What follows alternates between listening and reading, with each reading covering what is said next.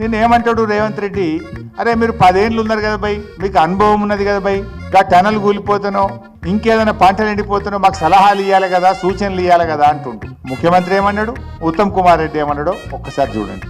ప్రజలు చచ్చిపోతుంటే బాధతో ప్రభుత్వానికి అండగా నిలబడాలి.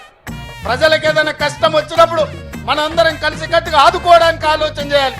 ప్రజా సమస్యల్ని 10 ఏళ్ల పరిపాలన అనుభవం ఉన్న మీరు మాకు సూచన చేయాలి. ఈ రోజు నీళ్ల సమస్య వచ్చినా, కరెంటు సమస్య వచ్చినా, ప్రాజెక్టుల ప్రమాదం వచ్చినా మీ అనుభవాన్ని ఉపయోగించి ప్రభుత్వానికి సూచన చేయాలి తప్ప మీ పైశాచిక ఆనందం తెలంగాణ రాష్ట్రానికి మంచిది కాదు. హరీష్ రావు సలహా అవసరం లేదండి. హరీష్ రావు సలహా అవసరం లేదండి.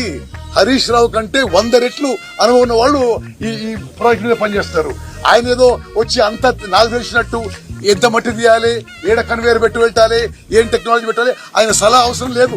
మీరే విన్నారు, ముఖ్యమంత్రి ఏమో సలహా ఇవ్వమంటుండు, ఉత్తమ్ కుమార్ రెడ్డి ఏమో సలహా అవసరం లేదని. ఇప్పుడు ఎవరి మాట నమ్మాలి, ఉత్తమ్ది కరెక్టా ముఖ్యమంత్రిది కరెక్టా?